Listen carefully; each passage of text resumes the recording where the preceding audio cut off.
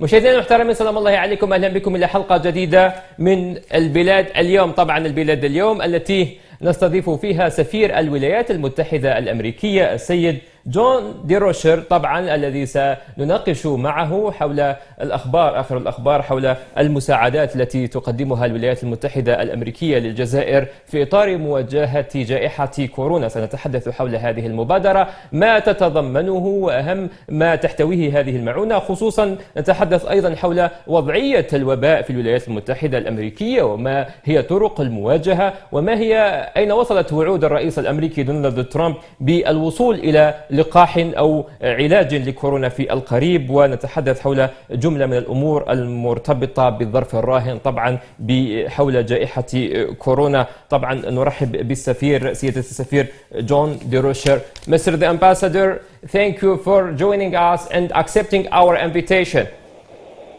Thank you very much for having me. It's good to be with you. Saha Ramadankum. Saha Ramadan. Thank you, Mr. the Ambassador. So, Mr. the Ambassador, the Embassy of the United States in Algiers has just announced the United States will give $2 million as a financial support to help Algeria fighting COVID-19. Can you tell us more about this initiative, Mr. the Ambassador? Certainly, I'd be happy to. I think this $2 million represents a sign of the very strong relations between our two countries that we have had for 200 years. It's a sign of recognition that we are in this fight together, that this is a global fight and we all must be in it, and we want to do our part to help. This is part of a global effort on our part. The United States is the largest donor of assistance to fight the pandemic, having provided $900 million in assistance all over the world. And we very much want to be a part of that fight here as well. Mr. the Ambassador? Please. Mr. the Ambassador, can you hear me? Yes, I can. Yes. So, Mr. the Ambassador, how will this aid be channeled? How be provided? Well, we are working with organizations already working here in Algeria and the Algerian government. So all of the assistance we provide will be provided in line with the Algerian government's action plan and with efforts that are already underway here to fight the pandemic. This is very much a partnership. So, could this support include setting up testing laboratories and training medical personnel? That's possible.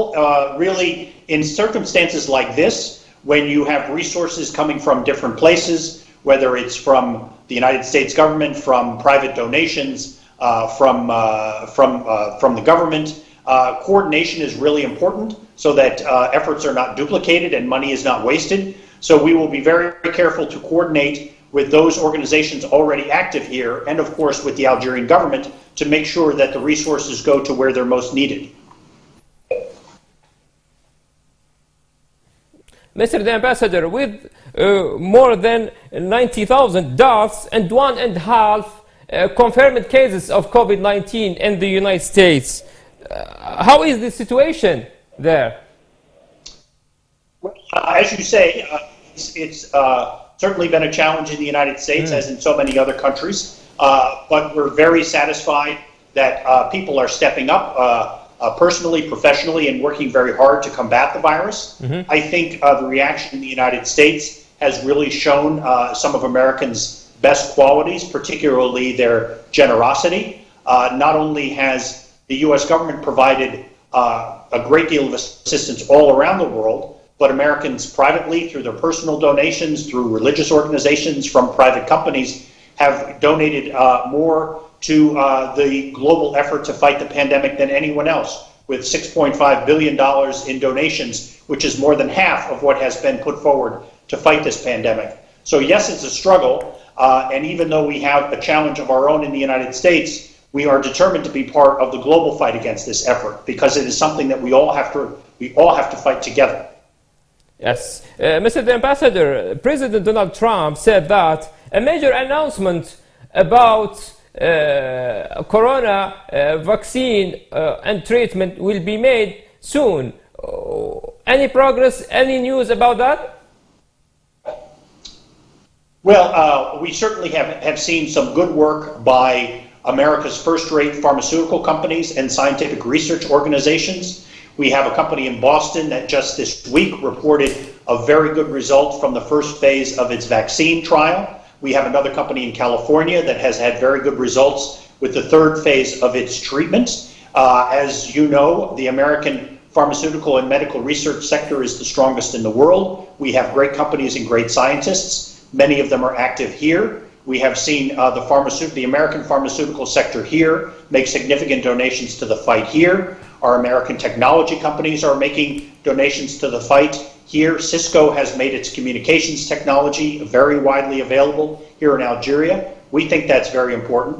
I am very confident that our scientists, our researchers will find vaccines against this virus, will find treatments for this virus, and until they reach that point, it's really up to us, to all of us, to pay very close heed to the guidelines of the government and follow all the guidelines for social distancing and quarantine and so on. In your opinion, Mr. Ambassador, what will the world be like after the coronavirus?